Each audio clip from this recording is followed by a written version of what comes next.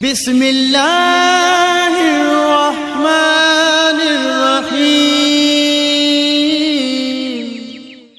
کیا ایسا تو نہیں کہ ہم ایک ایسے راستے کے اوپر گامزن ہیں کہ جس کی منزل کوئی نہیں؟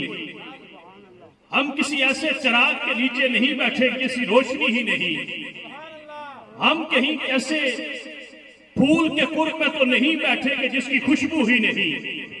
آج اس پرفتن دور کے اندر ہر چیز کو ہمارے کچھ ناعاقبت انگیز لوگوں نے مشکوک بنا دیا ہے، اور ہر چیز کو تشکیک کی گرد و غبار کے اندر اسے پوشیدہ کرنے کی کوشش کی جاتی ہے، اور سادہ لوگ عوام ان کی باتوں کو سن کے اس فکر کے پیچھے لگ جاتی ہے، اس سوچ کے پیچھے لگ جاتی ہے، اور پھر بہانت بہانت کی بولیاں بولنا لوگ گلی محلے اور کوچے اور بازاروں کے اندر شروع ہو جاتے ہیں، اور سچ جو ہے وہ اس دور کے اندر لنگڑا بن کے چل رہا ہے، اور جھوٹ تیز ترین رفتار کے ساتھ دوڑ رہا ہے۔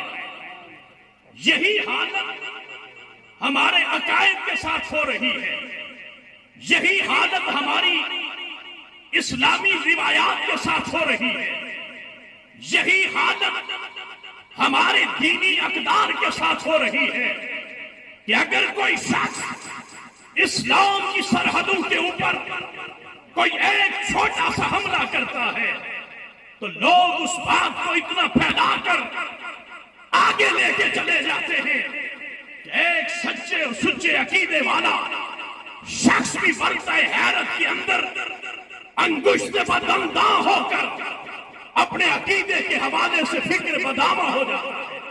الحمدللہ ہم اللہ کے ولیوں سے محبت کرنے والے، ہم اللہ کے ولیوں سے فیض لینے والے ہیں، ہم اللہ کے ولیوں کی تعلیمات کے مرہون منت ہیں، جسے اپنی قرآن دانی پہ بڑا فخر ہے، جسے اپنا علمی ورثہ رکھنے پہ بڑا فخر ہے۔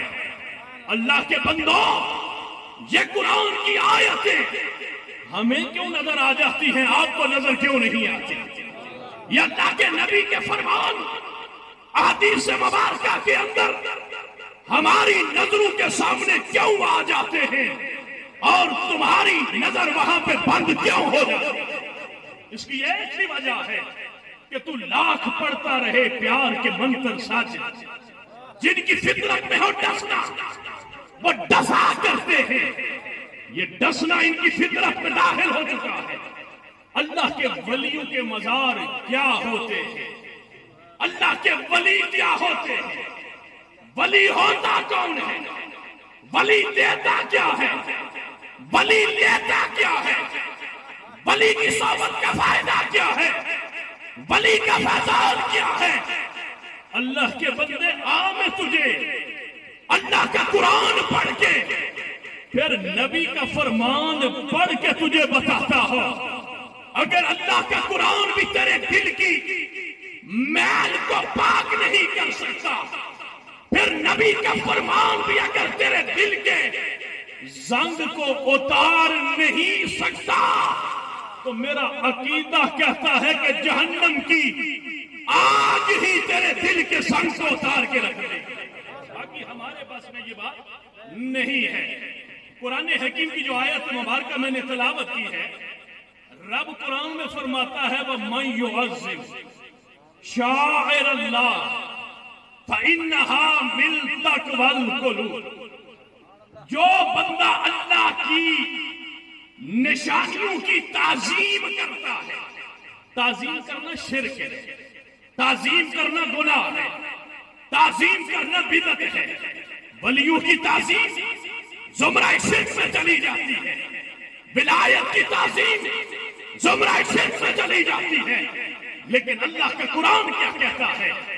اللہ نے اپنے قرآن کے اندر فرمایا وَمَن يُعَظِّمْ شَعَائِرَ اللَّهِ فَإِنَّهَا مِن تَقْوَى الْقُلُوبِ، جو اللہ کی نشانیوں کی تعظیم کرتا ہے اللہ اس کے دل میں تقوی پیدا فرما دیتا ہے۔ اللہ قرآن میں کیا فرماتا ہے؟ جو اللہ کی نشانیوں کی تعظیم کرتا ہے اللہ اس تعظیم کی وجہ سے بندے کے دل کے اندر تقوی کا نور پیدا کر دیتا ہے، تقوی کا سرور پیدا کر دیتا ہے، تقوی کی بہار پیدا کر دیتا ہے، تقوی کی کیفیات کو پیدا کر دیتا ہے۔ اور جب بندے کے دل کے اندر تقوی کا نور پیدا ہوتا ہے تو یہ نور بظاہر بندے کی چھاتی سے چھن چھن کے باہر آ کے دکھائی دینے والی چیز نہیں ہے۔ جب دل کے اندر تقوی کا نور پیدا ہوتا ہے تو بندے کی زبان پہ اللہ کا ذکر جاری ہو جائے گا۔ یہ پہچان ہے دل کے تقوی کی، یہ معیار ہے دل کے تقوی کا۔ دل کا تقوی دستار کا نام نہیں ہے، دل کا تقوی جبے کا نام نہیں ہے، دل کا تقوی بڑے بڑے القابات کا نام نہیں ہے، دل کا تقوی کسی بہت بڑی جو ہے وہ انسانی شخصیت کے وقار کا نام نہیں ہے۔ دل کا تقوی جب یہاں پہ آتا ہے تو اللہ کا ذکر بندے کی زبان سے جاری ہو جاتا ہے۔ یہ اللہ قرآن میں فرماتا ہے۔ اب یہاں اللہ قرآن میں فرماتا ہے وَمَن يُعَظِّمْ شَعَائِرَ فَإِنَّهَا مِن تَقْوَى الْقُلُوبِ، جو اللہ کی نشانیوں کی تعظیم کرتا ہے اللہ اس کے دل میں تقوی پیدا فرماتا ہے۔ مالک کائنات یہ نشانی کس کو تو کہہ رہا ہے؟ کیا نماز جس پہ زور دیا جاتا ہے؟ کیا قرآن کی تلاوت جس پہ زور دیا جاتا ہے؟ کیا حج جس پہ یہ ارکان اسلام میں رکھا گیا ہے؟ کیا زکات صدقہ و خیرات یہ چیزیں ذکر و اذکار وظائف تبلیغ واعظ و نصیحت ارشاد یہ چیزیں تقوی یہ چیزیں شاعر اللہ کہہ رہا ہے؟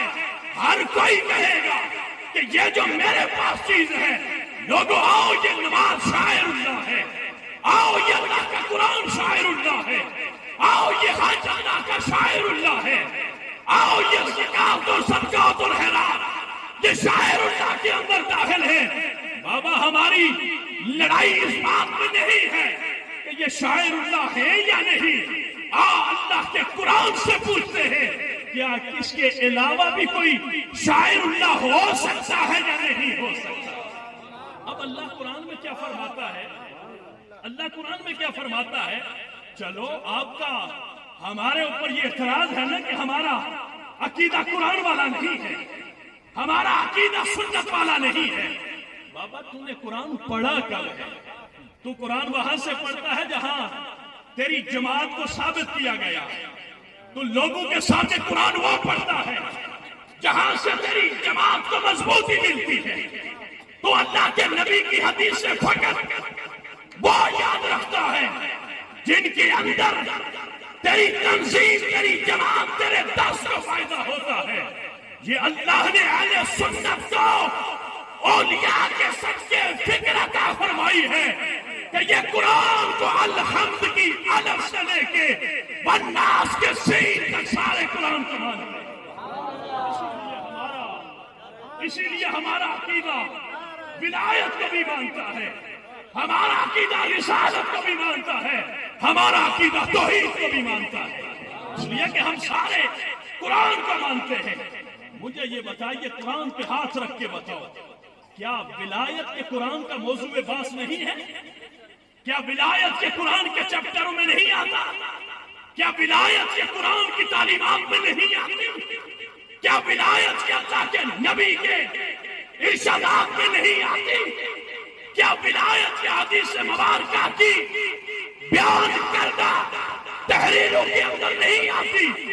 اگر تم مان رہا ہے کہ ولایت کے قرآن کے بیان کردہ مضامین کے اندر شامل ہے تو پھر تجھے یہ ماننا پڑے گا کہ قرآن کا عقیدہ والا انہی لوگوں کے پاس ہے جن لوگوں کے دامن میں اللہ کے ولیوں کی محبت شامل ہے۔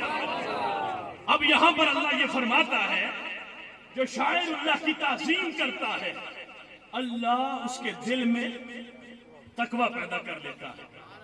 مولوی صاحب آپ کو کہہ سکتے ہیں آؤ نمازوں کی طرف، یہ شاعر اللہ ہے، بابا ہمارا بالکل بھی انکار نہیں۔ مولوی صاحب آپ کو کہہ سکتے ہیں کہ آؤ صدقہ طہرات کی طرف، آؤ قرآن کی طرف، یہ شاعر اللہ ہے، ہمارا بالکل اس میں ذرہ برابر بھی اختلاف نہیں۔ لیکن آج تیرا اور میرا جھگڑا ہو گیا، تیرا اور میرا اختلاف ہو گیا، اس جھگڑے کو ختم قرآن سے ہی کرتے ہیں، اس لڑائی کا فیصلہ قرآن سے کرواتے ہیں۔ نہ تو میری مان نہ میں تیری مانوں، آج دونوں اللہ کے قرآن کی مانتے ہیں، اور جس کا عقیدہ سچا ہے اس کے عقیدے کو ماننا شروع کر دیں۔ اللہ قرآن میں یہ فرماتا ہے ان الصفا والمروہ من شعائر اللہ۔ لوگوں شاید تمہیں اختلاف ہو جائے کہ شاعر اللہ کیا چیز ہے۔ اللہ قرآن میں فرماتا ہے ان الصفا والمروہ من شعائر اللہ۔ لوگوں تمہیں شاعر کے اندر پہچاننے میں مغالطہ لگ جائے گا، شاید شعیر کے حوالے سے تمہیں مغالطہ لگ جائے۔ یہاں پر ایک بات عرض کرتا چلا جاؤں، یہ جو لفظ شاعر ہے نا، یہ شعیرۃ کی جمع ہے، اور اہل لغت یہ کہتے ہیں کہ شعیرۃ کسی علامت کو کہا جاتا ہے، لیکن یہ جو لفظ شاعر ہے شاعر اللہ کے اندر، فرمایا یہ وہ شاعر ہے کہ شاعرہ الذی جعلھا امارات بین الحق والباطل، کہ یہ جو اللہ قرآن میں شاعر اللہ کہتا ہے، ان شاعر اللہ سے مراد وہ علامتیں ہیں کہ جن کو دیکھنے کے بعد بندے کو حق اور باطل کی پہچان ہو سکے۔ یہ وہ نشانیاں ہیں، ہر نشانی مراد نہیں ہے۔ پتھر روڈ پہ لگا ہوتا ہے، بورڈ روڈ پہ لگا ہوتا ہے، اس بورڈ اور پتھر کے لگانے کا جو مائل سٹون لگے ہوتے ہیں ان کا مقصد یہ ہوتا ہے وہ آپ کے فاصلوں کو کم نہیں کرتا، لیکن اتنا ضرور کرتا ہے کہ آپ کے راستوں کو آپ کے لیے آسان کر دیتا ہے۔ اس کا مقصد یہ ہوتا ہے وہ آپ کو انڈیکیٹ کرتا ہے۔ میرے بھائی، وہ نشانی جو راستے پہ لگی ہوتی ہے وہ آپ کے راستے کو کم نہیں کرتی، لیکن آپ کے راستے کو آسان کر دیتی ہے۔ فرمایا یہ جو شاعر اللہ ہے، یہ شاعر اللہ در حقیقت میں جس طرح تم نے راستوں کی پہچان کے لیے بورڈ لگا کے رکھے ہوتے ہیں، تم نے اپنی کاروبار فیکٹری اپنے گھر کی پہچان کے لیے، آسانی کے لیے کہ کوئی وہاں پہنچنے میں دقت محسوس نہ کرے، جس طرح تم نے نشانیاں رکھی ہوتی ہیں، لوگوں ایسی نشانیاں شاعر اللہ ہے کہ جن کو دیکھنے کے بعد بندے کو خدا کا پتہ چلتا ہے، وہ ساری شاعر اللہ کے اندر سادی سی بات ہے۔ مالک یہ تم نے جو قرآن میں شاعر اللہ بیان فرمائی ہے، اور تو بیان دو پہاڑیوں کو کر رہا ہے، ان الصفا والمروہ من شاعر اللہ۔ یار ایمانداری سے بتاؤ کہ صفا پہ اللہ کا قرآن اترا ہے، مروہ پہ کوئی توریت انجیل زبور کوئی کتاب اتری ہے؟ مجھے ایمانداری سے بتاؤ کہ صفا اور مروہ کی جو پہاڑیاں ہیں، کیا یہ حجر اسود کی طرح اللہ نے جنت سے ان کو نازل فرمایا ہے؟ نہیں۔ یہ صفا کیا ہے، یہ مروہ کیا ہے؟ کہا دنیا والوں سوائے تمہیں اس کے کوئی حقیقت نظر نہیں آئے گی کہ یہ صفا بھی ایک پہاڑی کا نام ہے، یہ مروہ بھی ایک پہاڑی کا نام ہے۔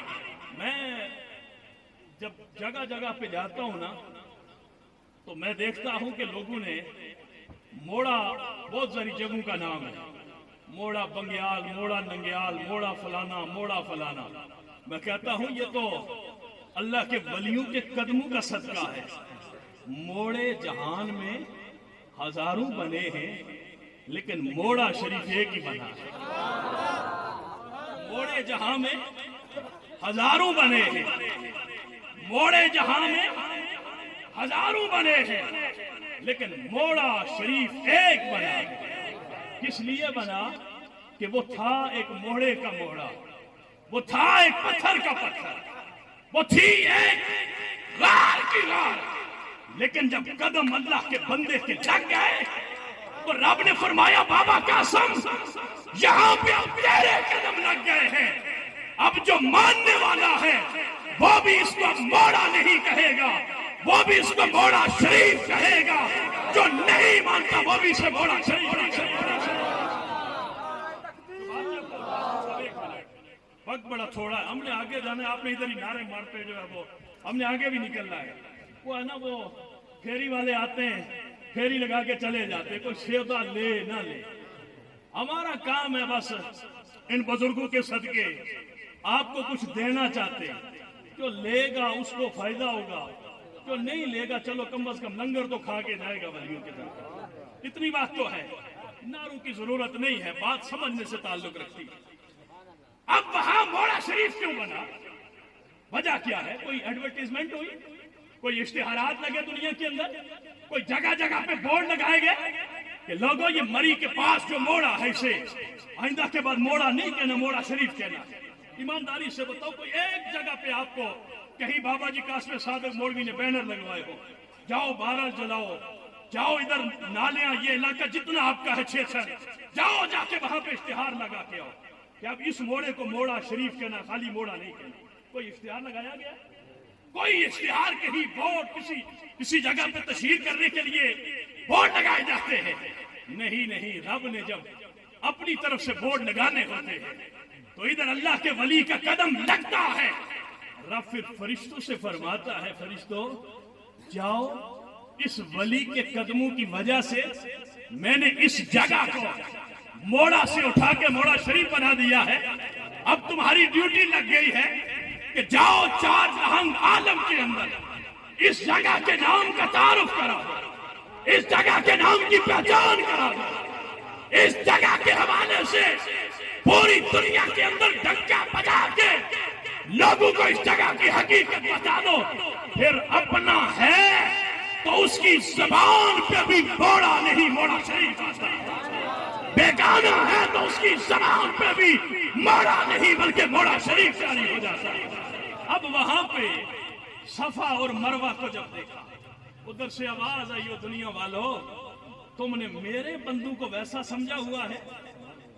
یہ جو صفا و مروہ جس کے بارے میں تمہیں فکر لگ گئی کہ یہ پہاڑیاں اللہ جن کا ذکر قرآن میں کر رہا ہے، کیا یہ پتھر جنت سے نازل کیے گئے؟ فرمایا نہیں، یہ پتھر تھے تو وہی کے رہنے والے، لیکن میری ایک بندی وہاں پہ دوڑ رہی تھی، میں اس کا دوڑنا دیکھ رہا تھا. یار ایمانداری سے بتاؤ وہ اللہ کی بندی سیدہ ہاجرہ جو دوڑ رہی تھی وہ اللہ کی محبت میں دوڑ رہی تھی یا بیٹے کی محبت میں دوڑ رہی تھی؟ وہ کہتے ہیں وہ اللہ کی طرف، اللہ کی طرف، اللہ کی طرف، ولیوں کے پاس کیوں جاتے ہو؟ ہم کہتے ہیں ولیوں کے پاس اس لیے جاتے ہیں کہ ولیوں سے اگلا ٹھکانہ پھر خدا کا مل جاتا ہے. فرمایا ہاجرہ در حقیقت میں تو دوڑ رہی ہے، اپنے بیٹے کی خاطر دوڑ رہی ہے، اپنے بیٹے کی محبت میں دوڑ رہی ہے، لیکن حقیقت یہ ہے کہ یہ بیٹا عام بیٹا نہیں، ورنہ دنیا کے اندر تو مائیں بیٹوں کے لیے بڑی دوڑتی رہتی ہے. کوئی دنیا میں ایسی ماں نہیں جو اپنے بیٹے کے لیے نہ دوڑے. دنیا کے اندر کوئی ماں ایسی نہیں کہ جس نے اپنے بیٹے کے لیے کرب و مصائب کی جیت نہ برداشت کی ہو. لیکن لوگوں جب ماں ہو کے بھی اللہ کے بندے کی محبت میں دوڑتی ہے تو رب فرماتا ہے اب یہ تیرے قدم عام نہیں، جس جگہ پہ تیرے قدم لگ گئے میں انہیں بھی اپنے شاعر ایک مولوی صاحب نا یہ بات آپ کو شاید بہت سارے لوگوں کو آج پتا چلے، وہ جی یہ جو ولیوں کے مزارات ہوتے ہیں نا وہاں پر جا کے عبادت نہیں کرنی چاہیے. میں نے کہا رکھ قرآن پہ ہاتھ اور یہ بتا حضرت اسماعیل اور آپ کی والدہ حضرت ہاجرہ کی قبر انور کہاں پہ ہے؟ آپ کو پتہ ہے کہاں پہ ہے؟ پتہ ہے کہاں پہ ہے؟ جس کو پتہ ہے ہاتھ کھڑا کرے. نہیں پتا تو مجھے بھی پہلے نہیں پتا تھا، بعد میں پتا چلا. کسی کو پتا ہے کعبہ شریف کے پاس جو حتیم ہے، حتیم کے اندر بعض لوگ کہتے ہیں 70 انبیاء کی قبریں ہیں، لیکن حضرت سیدہ ہاجرہ اور حضرت اسماعیل کے بارے میں کوئی اختلاف نہیں. یہ متفق علیہ مسئلہ ہے کہ حضرت اسماعیل کی قبر انور اندر رکھ کے باہر سے چکر لگانے ہیں، اس لیے کہ جو میرے کعبے کے قریب لیتے ہیں وہ غیر اللہ نہیں، وہ اہل اللہ لیتے ہیں، غیر اللہ نہیں، وہ اہل اللہ۔ مولوی ہم یہی تو تجھے سمجھانا چاہتے ہیں کہ غیر اللہ اور ہوتے ہیں، اہل اللہ اور ہوتے ہیں۔ تو بات غیر اللہ کی کر کے میرے جوان کی فکر کے عقیدے پہ ڈھاکہ ڈالتا ہے، تو بات غیر اللہ کی کر کے اپنی جماعت کی تشہیر کرتا ہے، تو بات غیر اللہ کی کر کے لوگوں کے دلوں کے اندر اللہ کے ولیوں کی محبت کو داغدار کرتا ہے۔ ہم تجھے یہ بتاتے ہیں کہ غیر اللہ اور ہوتے ہیں، اہل اللہ اور ہوتے ہیں۔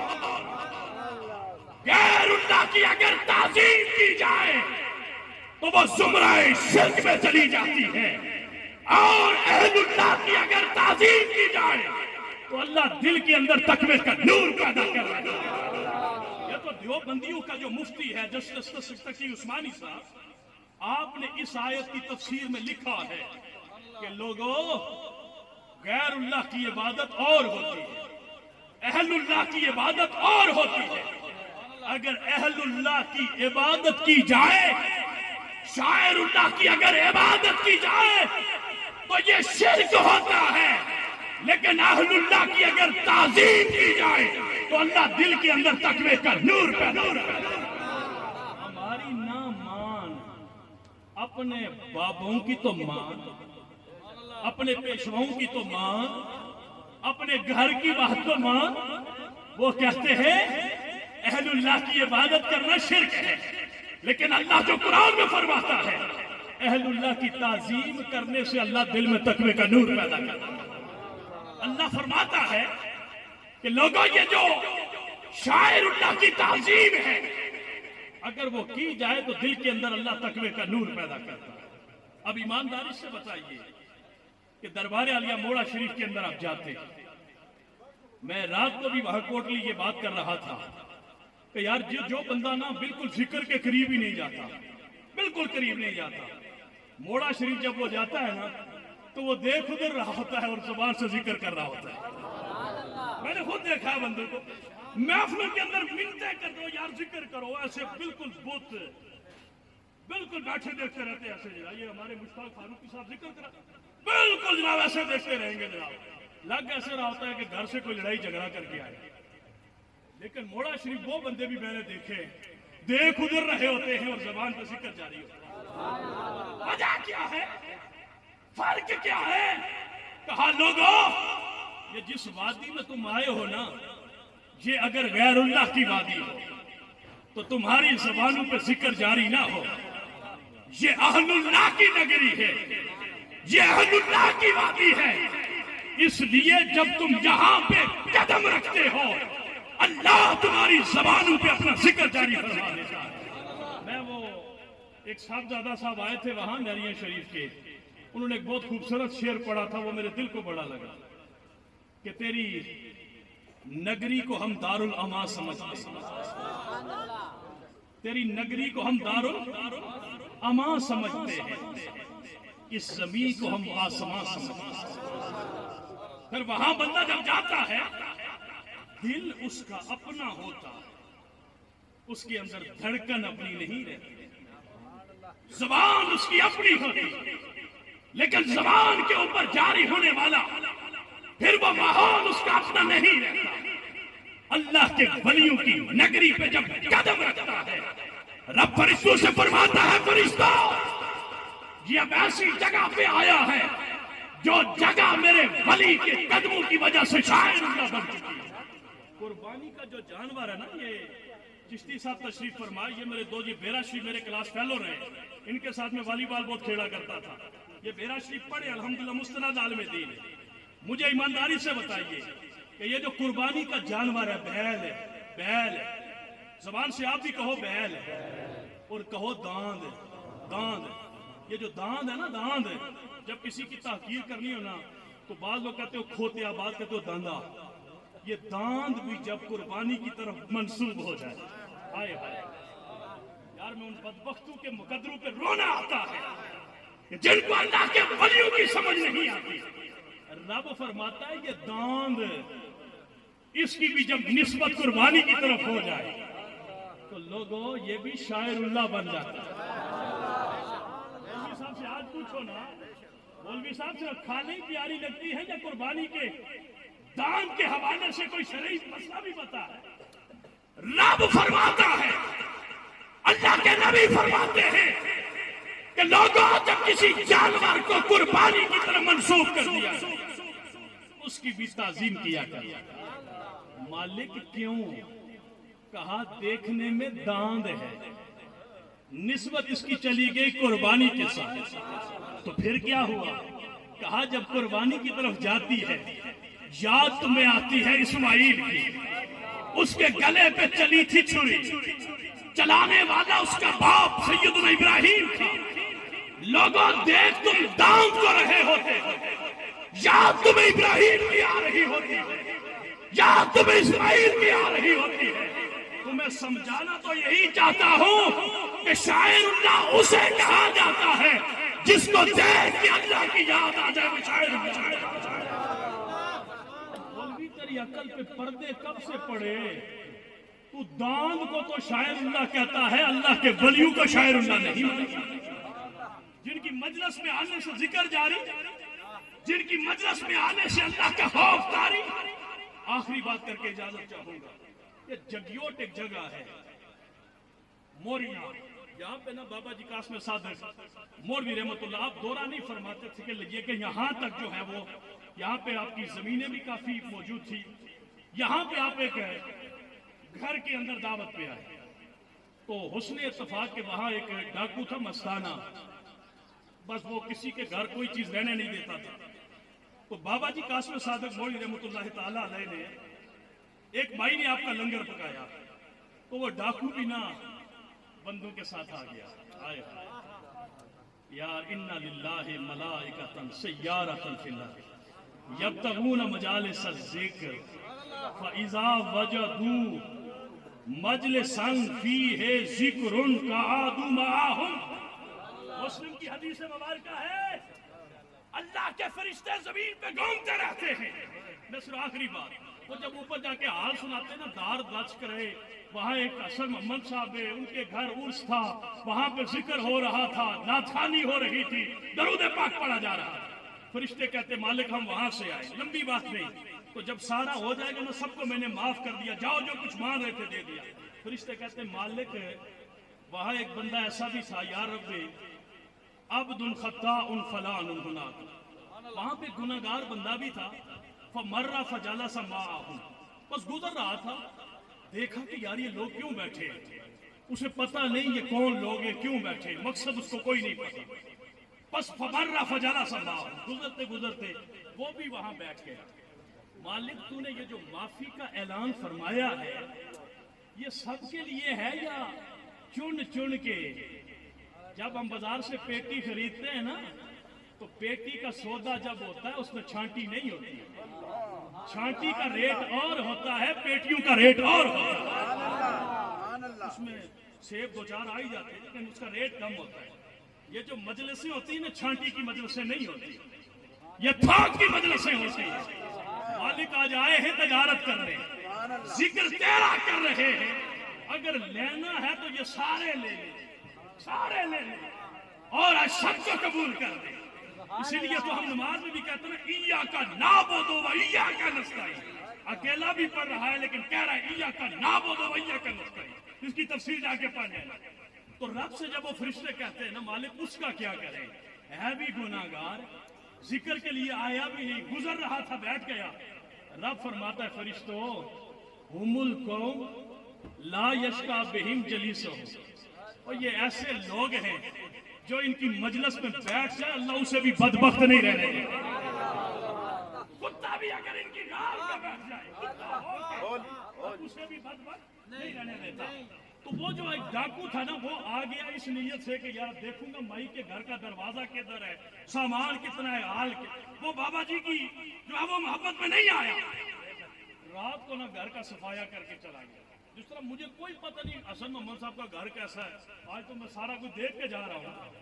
ادھر کبھی آنا ہوا تو مجھے یہ تو پتہ ہے نا کہ چلیں یہ ادھر ہوتے ہیں، میں ادھر گاڑی روک کے چلا جاؤں گا، حافظ محمود صاحب ادھر رہتے ہیں، اگر یہاں پہ دیر ہو گئی تو میں آ جاؤں.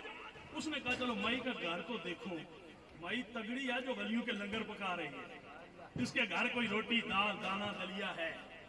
رات کو نا پچھلے پہر آیا اور مائی کے گھر کا سامان لوٹ کے چلا گیا. حضور بابا جی قاسم صادق مولوی کسی اور گھر میں رات کو محفل کر کے چلے گئے. یہ شاہ فخر الفقر کے اندر یہ واقعہ بالکل لکھا ہوا ہے. وہ وہاں پہ چلے گئے، صبح مائی اٹھی تو گھر کا صفایا، جدھر جائے چینی کدھر پڑی ہے ڈبہ ہے ہی نہیں، پتی کدھر پڑی ہے ڈبہ ہے ہی نہیں، بسترے جو رکھے تھے ہے ہی. یار یہ ہوا تو کیا ہوا؟ سب کو پتا تھا کہ یہ مستانہ ڈاکو یہ سارا کام کرتا ہے اور موریاں کا وہ رہنے والا تھا.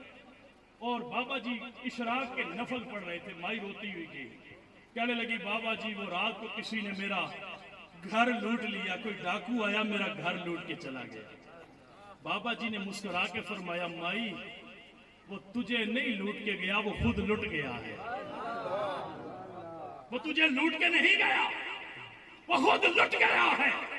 کہتے ہیں جب دن کا وقت آیا نا تو مستانے نے سارا سامان اٹھایا ہوا بابا جی کی بارگاہ میں حاضر، کہنے لگا مرشد غلطی ہو گئی، میں آج سے توبہ کرتا ہوں. یہ رائفل میرے ہاں میں ابھی بھی پڑی ہوئی ہے، راجہ سجاول صاحب جو گجر خان کے، انہوں نے توبہ وہاں پہ جا کر کی تھی. بہت یہ جانتے ہوں گے حسن محمد صاحب. بہت سارے ایسے واقعات ہیں، ہزاروں لوگ ایسے ہیں کہ جنہوں نے قاتلی تھے توبہ موڑا شریف، زانی تھے توبہ موڑا شریف، اجرتی قاتل تھے موڑا شریف آ کے توبہ کیا، ڈاکو تھے توبہ آ کے موڑا شریف کیا. تو بابا جی کی قدموں کے اندر آ کے حاضر ہو کے کہتا حضور مجھے بیعت بھی فرمائیے اور اپنے سلسلے کا مجھے فیض بھی عطا فرمائیے. یہ سامان سارا رات کو مائی کا گھر بھی لوٹا، سارا ان کے حوالے کر دیا. بابا جی مولوی نے اسے بیعت فرمایا، وظائف دیے، اس کا رنگ بدل گیا. بس بیٹھ گیا جناب، لوگ آئے یار دم کرانے جا رہے، یہ کر رہے وہ کر. انگریز کا دور تھا، ان کا کپتان ہوتا تھا اس وقت. وہ آیا وہاں موریاں، تو وہ نہ آ کے تھانے کا ریکارڈ چیک کرتے تھے. بڑے عرصے بعد آیا، اس نے دیکھا یار عجیب بات، یہ ڈاکو میں جب بھی آتا تھا تو کم از کم اس کے 10-15 جو ہے نا وہ میرے سامنے یہاں پہ لی. اس دفعہ اس کا نام ہی نہیں ہے، وجہ کیا ہے؟ اس نے کہا جناب وجہ یہ ہے یہاں ایک اللہ کے ولی آئے تھے، ان اللہ کے ولیوں کی وجہ سے اس کی زندگی بدل گئی. وہ بیعت ہوا، ذکر اذکار کرنا شروع ہو گیا. اب وہ گھر میں بیٹھا ہے، لوگوں کو دم درود کرتا ہے، نمازیں پڑھتا ہے، ذکر و اذکار کرتا ہے. اس انگریز نے کہا مجھے بھی یار اس کے پاس لے چلے. وہ کہتے ہیں وہ لے کے جب گئے تو بابا واقعہ بیٹھا ہوا مستانہ ذکر کر رہے. انہوں نے کہا تیری زندگی کیسے بدلی؟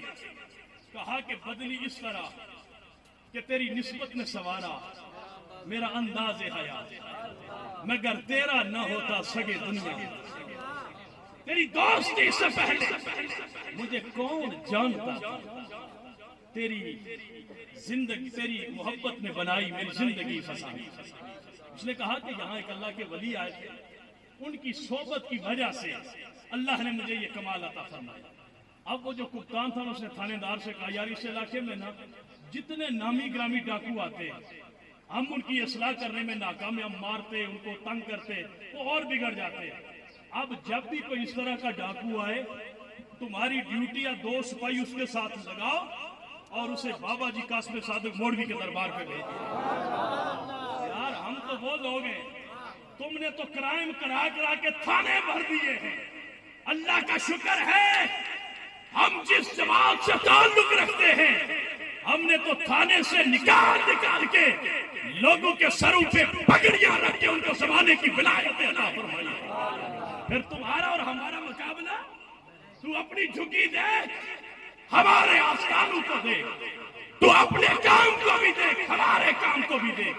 میں کہتا ہوں بابا قاسم صادق مولوی کے در کا لنگر کھانے والا زمانے کا گوشت بن رہا ہے. وہ تو اپنی زندگی کے اندر اس طرح کا ایک بندہ بھی پیدا نہیں کر سکا جیسے اللہ کے ولیوں کے لنگر کھانے والے ہزاروں لوگ موجود ہیں. الحمدللہ اسی خاندان کے چشم و چراغ ولی یہ ہے.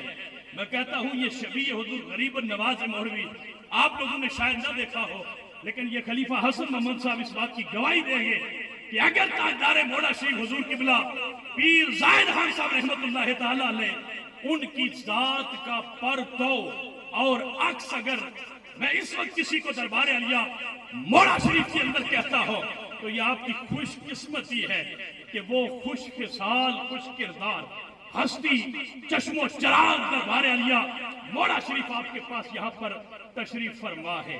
صالحین کی صحبت میں بیٹھا کرو، اس لیے کہ سنار کے پاس پڑی ہوئی مٹی پنساری کے پاس پڑے ہوئے باداموں سے زیادہ قیمتی ہوتی ہے۔ اپنے آپ کو قیمتی بناؤ، اپنی قیمت اچھی لگواؤ تاکہ دنیا میں بھی کامیاب رہو، آخرت میں بھی۔ وآخر دعوانا ان الحمدللہ رب العالمین۔